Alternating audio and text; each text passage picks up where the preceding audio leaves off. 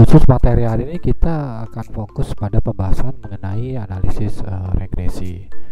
Sebelumnya mungkin saya akan menjelaskan sedikit mengenai dasar regresi. Ini di mata kuliah statistik inferensi mungkin semuanya sudah mempelajari. Jadi untuk kegiatan workshop ini sebetulnya cuma mengulang sedikit dan tidak akan masuk kepada penjelasan teorinya yang mendalam. Jadi saya akan menjelaskan sekilas mengenai analisis regresi.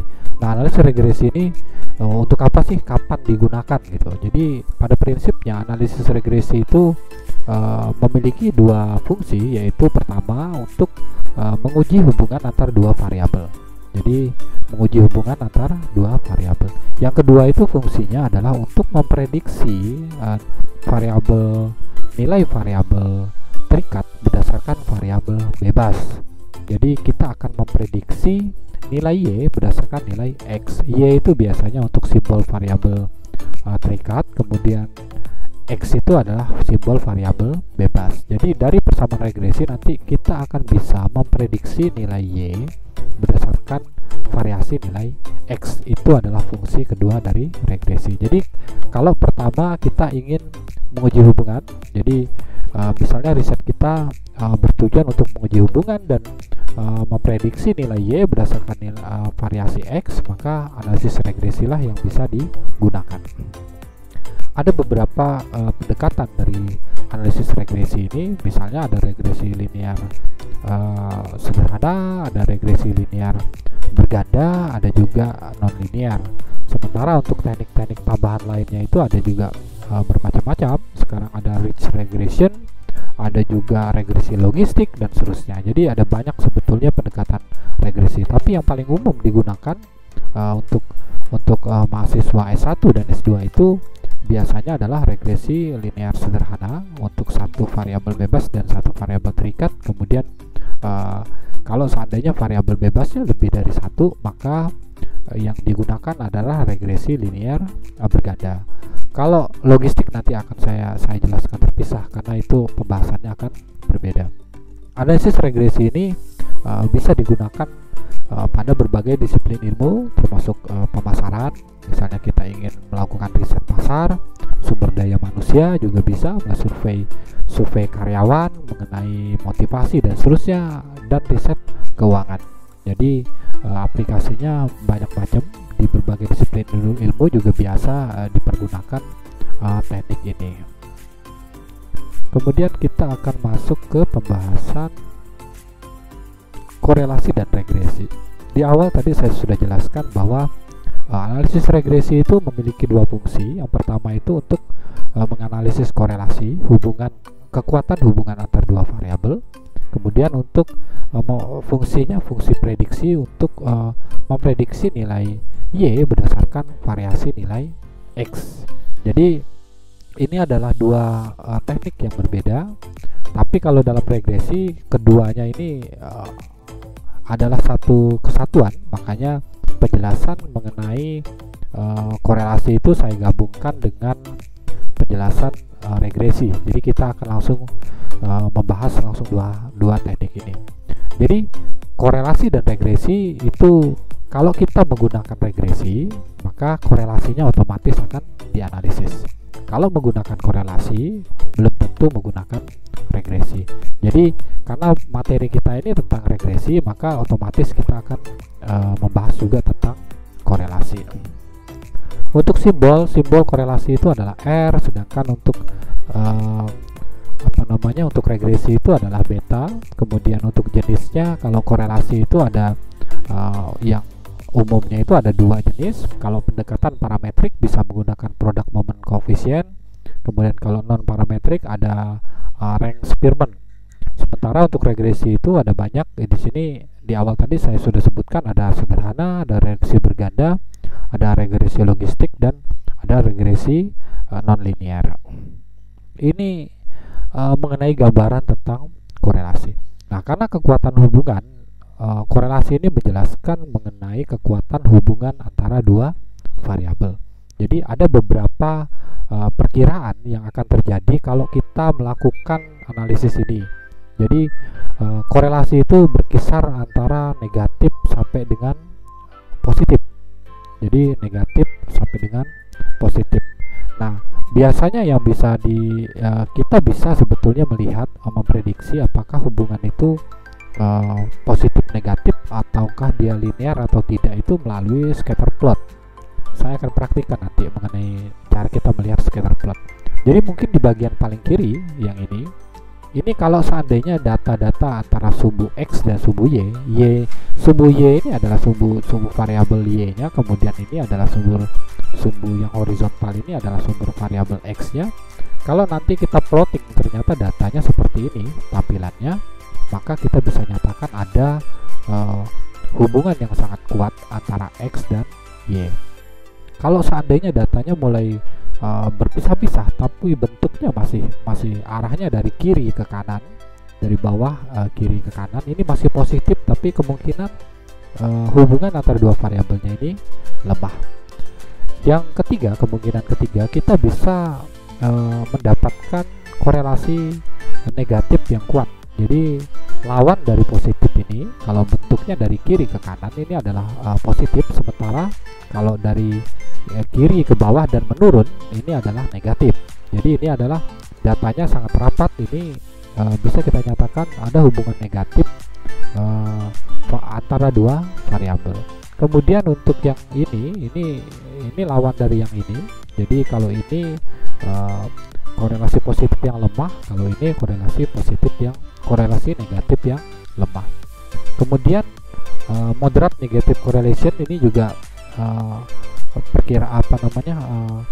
kemungkinan yang kita peroleh.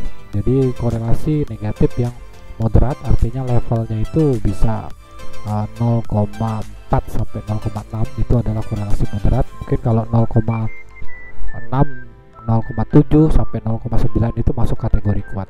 Kemudian kalau datanya berpencar seperti ini, maka kita bisa nyatakan tidak ada korelasi antara dua variabel. Berikutnya saya menjelaskan mengenai perbedaan regresi sederhana dan regresi berganda. Ini sama-sama teknik regresi.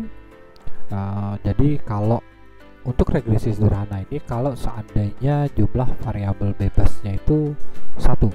Jadi misalnya di sini kita ingin mengetahui apakah ada pengaruh masa kerja terhadap besaran gaji, maka variabel bebasnya itu masa kerja. Ini adalah variabel bebas atau kita sebut sebagai IV, independent variable, itu adalah masa kerja, dan satu variabel terikat yaitu besaran gaji.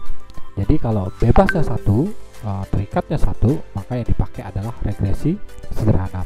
Nah, regresi berganda ini adalah teknik regresi kalau seandainya variabel bebasnya lebih dari 1. Jadi di sini contohnya kita ingin tahu apakah ada pengaruh masa kerja, kemudian jumlah jam kerja, dan pendidikan terhadap gaji. Jadi di sini ada 3 variabel bebas yaitu X1, X2, X3. Akan kita uji apakah mempengaruhi Y, yaitu besaran gaji. Ini adalah perbedaan mendasar antara regresi sederhana dan regresi berganda. Berikutnya mengenai persamaan regresi. Jadi seperti yang saya tampilkan di layar, di sini ada 2 persamaan regresi.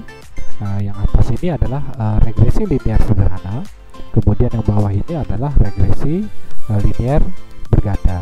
Nah, untuk regresi linear sederhana ini untuk persamaannya Y sama dengan A plus BX plus error. Ini yang ujung ini adalah residual atau error persamaan. Kemudian untuk yang regresi berganda juga sama, berarti Y sama dengan A plus B1X1, B2X2 plus B3X3 dan seterusnya. Ini sesuai dengan jumlah variabel bebas yang kita gunakan dalam penelitian. Jadi kalau regresi sederhana tadi dia cuma punya 1 variabel bebas yaitu X, berarti persamaannya Y sama dengan A plus BX seperti model yang ditampilkan di sini. Jadi X-nya cuma 1, makanya Y sama dengan A plus BX. Sementara kalau seandainya X-nya lebih dari 1, maka kita bisa menggunakan persamaan Y sama dengan A plus B1X1, B2X3, B2X2 dan seterusnya. Jadi jumlah ini sesuai dengan jumlah variabel yang kita gunakan dalam penelitian. Y itu sendiri adalah variabel terikat atau variabel yang ingin kita prediksi. Jadi kita akan memprediksi Y nanti. Kalau di model penelitian kita akan memprediksi gaji. Kalau X-nya berarti variabel bebas, maka kalau untuk persamaan regresi sederhana berarti kita akan memprediksi gaji berdasarkan masa kerja, karena X-nya adalah masa kerja. Kemudian untuk persamaan yang regresi berganda berarti kita akan memprediksi gaji berdasarkan 3 variabel bebas, yaitu kalau di sini tadi itu masa kerja, jumlah jam kerja, dan pendidikan. Jadi ada 3 variabel bebas yang kita gunakan, X1, X2, X3. Kemudian A ini adalah intercept atau konstanta. Angka ini dapat kita nyatakan sebagai nilai Y kalau seandainya X-nya bernilai konstan. Jadi kalau diasumsikan X-nya itu adalah 0, maka Y sama dengan A. Nanti angkanya akan saya tunjukkan. Kemudian untuk B, slope, ini adalah atau angka koefisien regresi. Ini bisa kita nyatakan sebagai angka atau perubahan naik turunnya nilai Y berdasarkan variasi perubahan X-nya. Jadi nanti mungkin pas praktiknya nanti akan langsung saya tunjukkan interpretasi untuk lebih gampang dipahami. Kemudian yang terakhir adalah residual regresi atau error dari model persamaan regresi.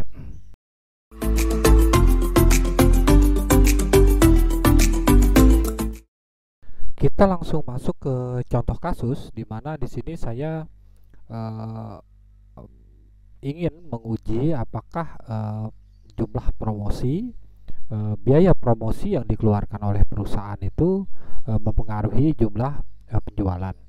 Jadi untuk promo ini sendiri, ini adalah variabel bertipe numerik, atau kalau di sini kita level pengukurannya adalah scale. Ini adalah satuan jutaan. Jadi biaya yang dikeluarkan oleh perusahaan dalam satuan jutaan. Sedangkan sales ini adalah jumlah penjualan mobil. Jadi ini bisa kita untuk kasus ini kita mencontohkan sebagai kasus penjualan mobil gitu. Jadi di sini kita bisa lihat bahwa di bulan pertama perusahaan mengeluarkan biaya promosi sebesar 95,39 juta, sedangkan untuk penjualan mobil yang terjualnya itu sebanyak 82 unit. Di bulan kedua dikeluarkan biaya 93,42 juta dan penjualannya adalah 78 unit. Data dikumpulkan selama 3 tahun. Jadi ini adalah 3 tahun, data bulanan selama 3 tahun, sehingga kita memiliki data sebanyak 36 data atau 36 observasi. Ini berarti hipotesis yang kita uji, apakah jumlah promosi yang dikeluarkan oleh perusahaan itu berpengaruh terhadap penjualan mobil pada perusahaan yang kita teliti. Nah, untuk awal, mungkin tadi saya sudah singgung bahwa untuk analisis regresi ini sendiri kita bisa mengecek dulu apakah modelnya linear atau tidak. Jadi untuk mengecek model linear atau tidak itu kita bisa cek linearitasnya sekaligus arahnya. Jadi di sini kita bisa untuk mengecek arah apakah hubungan antara dua variabel ini arahnya positif atau negatif. Kita bisa melakukan analisis grafis dengan scatter plot.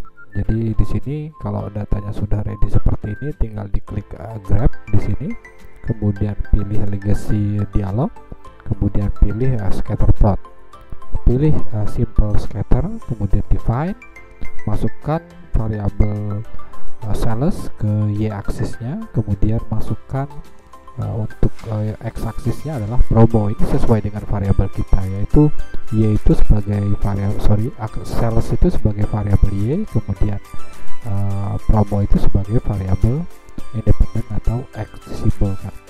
Kita klik OK di sini, kemudian akan muncul tampilan. Ini adalah tampilan dari datanya. Nah, kalau dilihat dari tampilan ini, kita bisa menyatakan bahwa ini model hubungannya adalah hubungan linear dan positif. Jadi di sini terlihat bahwa ini dia mengikuti garis diagonal dari kiri ke kanan dan naik, artinya posisinya adalah positif. Jadi hubungan antara variabel promo dan variabel penjualan itu adalah positif. Dengan kata lain, ini secara kebetulan kalau posisi promosinya itu naik, nilai promosinya naik, maka posisi penjualan mobilnya pun akan naik. Itu adalah makna dari hubungan yang positif. Berikutnya kita akan menganalisis apakah hubungan ini linear atau tidak gitu. Jadi kalau untuk pendekatan grafis sebetulnya kita bisa lihat bahwa garisnya mengikuti tren. Ini tren linear juga. Cuma untuk analisis yang lebih akurat kita bisa menggunakan pendekatan statistik, yaitu kalau di sini kita tinggal klik analyze, kemudian pilih compare mean, kemudian pilih mean di sini, masukkan sales ke kolom dependent, kemudian independennya masukkan promo, klik option di sini, kemudian ditik untuk ANOVA table and eta, kemudian test for linearity juga kita cek di sini, kemudian klik continue, klik OK. Untuk melihat apakah hubungan ini linear atau tidak, kita bisa lihat di bagian definition from linearity. Nah, untuk deviation from linearity ini parameternya adalah dari nilai sig yang ini. Kalau seandainya sig-nya lebih besar dari 0,05, kita bisa nyatakan bahwa hubungan antara dua variabel ini adalah linear. Nah, di sini kita lihat bahwa sig-nya itu sebesar 0,241, dia lebih besar dari 0,05, maka kita bisa nyatakan pola hubungannya adalah terbukti linear. Nah, karena asumsi linearitasnya sudah terbukti, maka analisis regresi linear sederhana bisa kita lanjutkan. Cara menganalisisnya ini tinggal diklik analyze, kemudian pilih regression, kemudian pilih linear di sini, memasukkan sales ke kolom dependent, kemudian independent atau variabel bebasnya itu adalah promo, kemudian klik statistik di sini. Oh, ini nggak perlu, tinggal continue saja, kemudian plot. Di plot ini dua yang di checklist, yaitu histogram sama normal probability plot. Klik continue, kemudian pilih klik save di sini. Ini kita akan membuat nilai unstandard residualnya. Ini nanti fungsinya untuk kita melakukan pengujian normalitas residualnya. Sebetulnya pas kita cek di histogram ini tadi, pas ini kita fungsinya untuk menguji normalitas, cuma pendekatan pengujian di sini menggunakan grafis. Nah, jadi untuk menggunakan pendekatan statistik yang lebih akurat, maka kita bisa mengeluarkan dulu nilai unstandardized-nya, kemudian nilai ini nanti akan kita analisis dengan teknik Kolmogorov-Smirnov. Jadi teknik uji normalitasnya nanti khusus untuk residualnya kita menggunakan Kolmogorov-Smirnov. Klik continue, kemudian klik OK. Ini adalah tampilan regresinya. Saya akan langsung lanjutkan ke uji normalitas residualnya. Jadi posisi dari, karena tadi kita sudah melakukan saving untuk mengeluarkan nilai unstandard residualnya, maka di tabel data kita muncul satu kolom baru, yaitu res 1. Ini adalah output dari ketika kita tadi itu mengeluarkan nilai unstandard residualnya. Nah, kita akan melakukan pengujian nilai unstandard residual ini normal atau tidak. Tinggal kita klik analyze di sini, kemudian pilih non parametric test, legacy dialog, kemudian klik one sample KS di sini, kemudian masukkan nilai unstandard residualnya ke sini, kemudian normal. Ini adalah kita cek di posisi normal, jadi kita akan mengecek residual ini normal atau tidak, kemudian klik OK. Karena regresi linear itu butuh regresi linear sederhana itu cuma butuh asumsi normalitas, maka yang pertama kita bahas itu adalah asumsi normalitasnya. Pertama, normalitas itu kita bisa lihat dari nilai dari gambar histogram ini, dari pendekatan grafis, dan ini adalah pendekatan statistiknya. Jadi ada dua pendekatan ketika kita ingin menguji normalitas residual pada model regresi. Yang pertama, kita bisa lihat bahwa kalau di sini kurvanya ini membentuk lonceng dan posisinya berada di tengah. Jadi sekilas kita bisa lihat bahwa residual model regresi kita ini masuk kategori normal karena bentuk loncengnya itu posisinya berada di tengah. Yang kedua, kita bisa lihat bahwa titik-titiknya ini mengikuti garis diagonal. Nah, kalau seandainya datanya tidak normal, biasanya itu titiknya menyebar bisa ke kanan ke atas jauh atau ke bawah jauh seperti ini. Jadi titik-titiknya bisa di sini, dan seterusnya. Itu menandakan data residualnya tidak normal. Sementara data kita ini terlihat bahwa relatif baik untuk pengujian normalitasnya. Dua pendekatan dari grafis ini terlihat bahwa residualnya normal, tapi kita butuh pembanding, yaitu menggunakan pendekatan statistik dengan Kolmogorov-Smirnov. Di Kolmogorov-Smirnov, untuk menguji normalitasnya kita tinggal lihat nilai sig to tail. Untuk nilai unstandardized-nya, lihat nilai sig yang paling bawah di sini. Parameternya adalah kalau seandainya nilai sig lebih besar dari 0,05, maka kita bisa nyatakan bahwa residual ini sudah berdistribusi normal. Nah, di sini terlihat bahwa angka sig-nya sebesar 0,178, ini lebih besar dari 0,05, maka kita bisa simpulkan bahwa asumsi normalitas untuk model regresi yang akan kita uji ini baik menggunakan pendekatan grafik dengan histogram dan dengan pp-plot, didukung oleh pengujian normalitas menggunakan pendekatan Kolmogorov-Smirnov, terbukti keduanya. Jadi kita bisa nyatakan model kita sudah memenuhi asumsi normalitas.